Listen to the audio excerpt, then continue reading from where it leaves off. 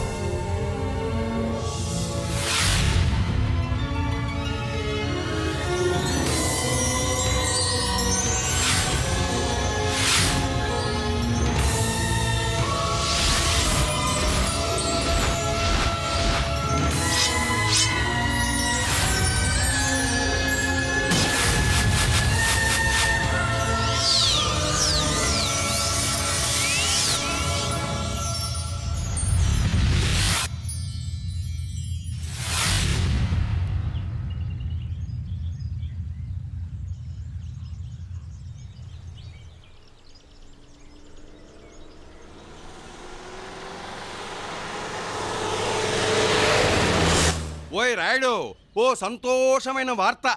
మీ ఊరు tender hand change అయిందయ్యా. 200 కోట్ల రూపాయల రోడ్డు కాంట్రాక్టు మీకంటే కేవలం 3 లక్షల రూపాయల తేడాతో గణేష్ కన్స్ట్రక్షన్స్ యజమాని కైలాష్ గారు కొట్టేశారు.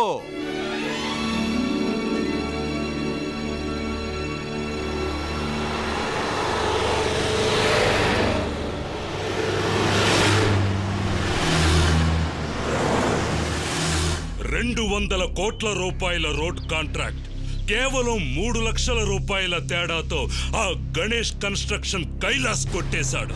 వాడి కాళ్ళు చేతులు నరికి ఎలాగైనా సరే ఆ కాంట్రాక్ట్ ని తిప్పి మన పేరుకు రాయించుకోవాలి. ఈ కాంట్రాక్ట్ ఇప్పుడే మీ చేతుల్లో పడిందని మీరు అనుకోండి అయ్యా. వాడి నీడ కూడా ఊళ్ళోకి రాకూడదు. వాడిని అక్కడే చిత్రహింస చేసి రాయించుకురండి.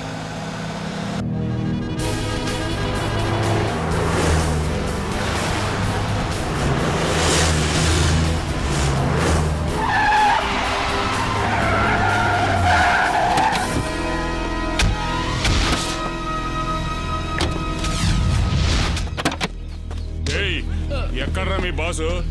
ఎవరు మీరు? మీకేం కావాలి? చెప్పరా.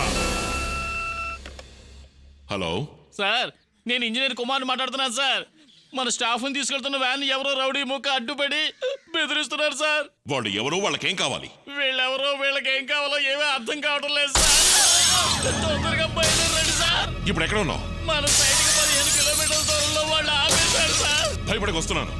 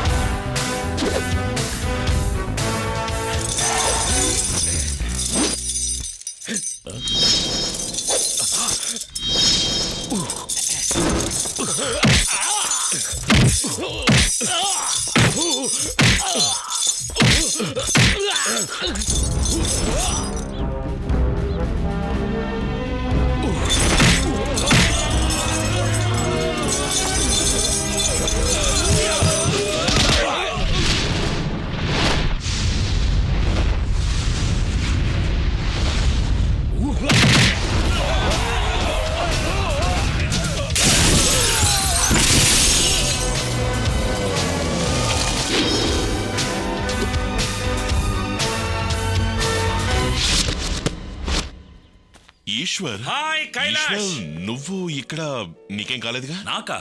నో అది సరే, అమెరికాలో ఎప్పుడు బయలుదేరావు, ఇండియాకి ఎప్పుడు వచ్చావు, ఈ గొడవ ఏంటి? స్ట్రైట్ గా ఎయిర్పోర్ట్ నుంచి బయలుదేరి నేను మన ఇంటికి వస్తున్నాను. ఇక్కడికి రాగానే ఈ బొండ బెదవులు మగాళ్ళను వదిలేసి ఆడాళ్ళు వెంటబడి గొడవ చేస్తున్నారు. చూస్తూ ఎలా ఊరుకోను, అందుకే నా స్టైల్లో 4 ఇచ్చాను. ఆ రోజు నుంచి ఈ రోజు దాకా సూపర్ గా స్లిమ్ గా అలాగే ఉన్నావు.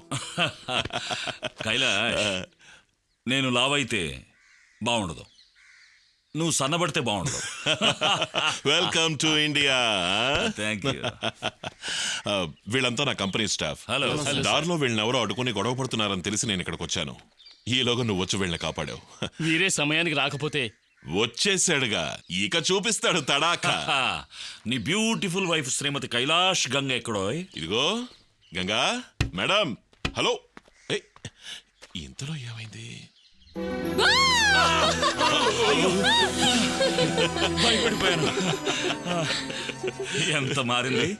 కిందటిసారి వచ్చినప్పుడు ఇదిగో నేను చేసుకోబోయే పిల్లని నువ్వు నాకు చూపించిన అమాయకపు ఆ గంగా ఈ చిలిపి గంగా. తనలో నాకు నచ్చింది ఈ చిలిపితనమే. Good good. సరే, కారుకి ఇంటికి వెళ్దాం. మీరు ఇందులో రండి, నేను అందులో వస్తాను. ఓకే.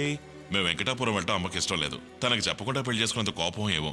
నువ్వే ఎలాగైనా ఒప్పించాలి. డోంట్ వరీ, నేను వెళ్ళి నాన్నగారిని చూసి వస్తాను. ఓకే.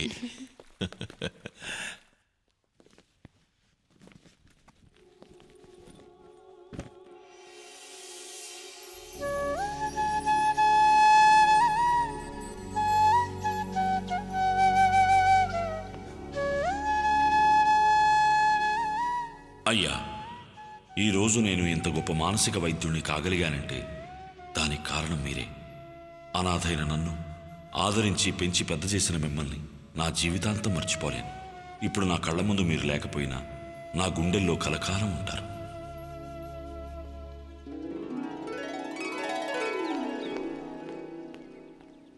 నమస్కారం అమ్మా.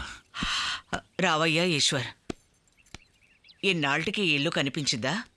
పోయిన ఏడాది వచ్చావు, ఆ తర్వాత ఒక్క ఫోన్ కూడా లేదు. నువ్వెంత గొప్ప డాక్టర్ అయితే నాకేంటి? నువ్వేం బాధపడగమ్మా. ఇప్పట్లో ఇండియా నదులు నేను ఎక్కడికి వెళ్ళను. ఇక్కడే ఉండే అందరిని సంతోషపరుస్తూ నేను సంతోషంగా ఉంటాను.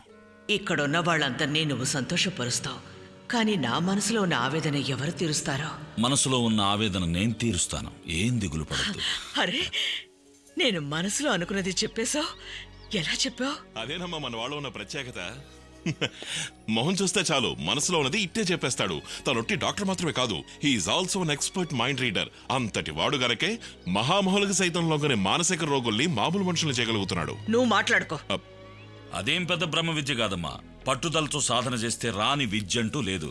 అది సరే, కాంట్రాక్ట్ పని మీద కైలాష్ ఊరికెళ్తానంటే అక్కడ ఎవరి వల్ల ఏం ప్రమాదం ముంచుకొస్తుందని వెళ్ళొద్దంటున్నావు? ఏం చెప్పమంటావు? విడిపోయిన కుటుంబాలు కలవడానికి వీడి మేనమావ కూతుర్ని వీడికిచ్చి పెళ్లి చేద్దాం అనుకున్నాను. ఇప్పుడు వీడిది కూడా మాలాగే ప్రేమ వివాహం అని తెలిస్తే వీళ్ళని వాళ్ళు ఏవైనా చేస్తారు. నేను చెప్పేది నీకు నవ్వులాటగా ఉండొచ్చు. ఆ అఖిలాండేశ్వరి గురించి మీకెవ్వరికీ తెలీదు. ఆవిడికి ఆవిడి నోటికి తోడబుట్టిన తమ్ముళ్లే కాదు, ఊరే భయపడుతుంది. అనుకున్నది సాధించడానికి ఎంతకైనా తెగిస్తుంది.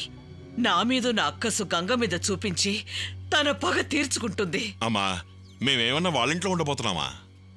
మరి ఇంకెక్కడుంటావు? నేను ఆల్రెడీ వెంకటాపురం రాజ్మహల్ కొన్నాను, వెళ్ళి అక్కడ ఉంటాం.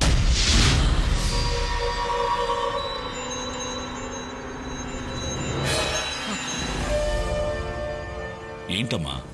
నా చిన్నప్పటి నుంచి ఆ రాజమహల్ గురించి కథల కథలుగా విన్నాను. అది చాలా ప్రమాదకరమైన చోటు. ఇంచుమించు 50 ఏళ్లుగా దాన్ని కొనడానికి అందరూ భయపడుతున్నారు. అటువంటిది కొనడానికి మీకేమైనా పిచ్చా? అమ్మా, వీళ్ళ గురించి నువ్వేం దిగులు పడకు. వాళ్ళకి ఎలాంటి ఆపద రాకుండా నేను చూసుకుంటాను. ఇవాళే నేను నా ఊరికి బయలుదేరతాను. వెళ్ళిన వెంటనే మన బంధువులందరినీ కలిసి వాళ్ళకి చక్కగా నచ్చ చెప్తాను. అదొకటే కాదు, ఆ రాజ్మహల్ గుట్టు కూడా తెలుసుకుంటాను. ఆ తర్వాత వాళ్ళిద్దరూ అక్కడ ఉండొచ్చా ఉండకూడదని మనం ఆలోచిద్దాం.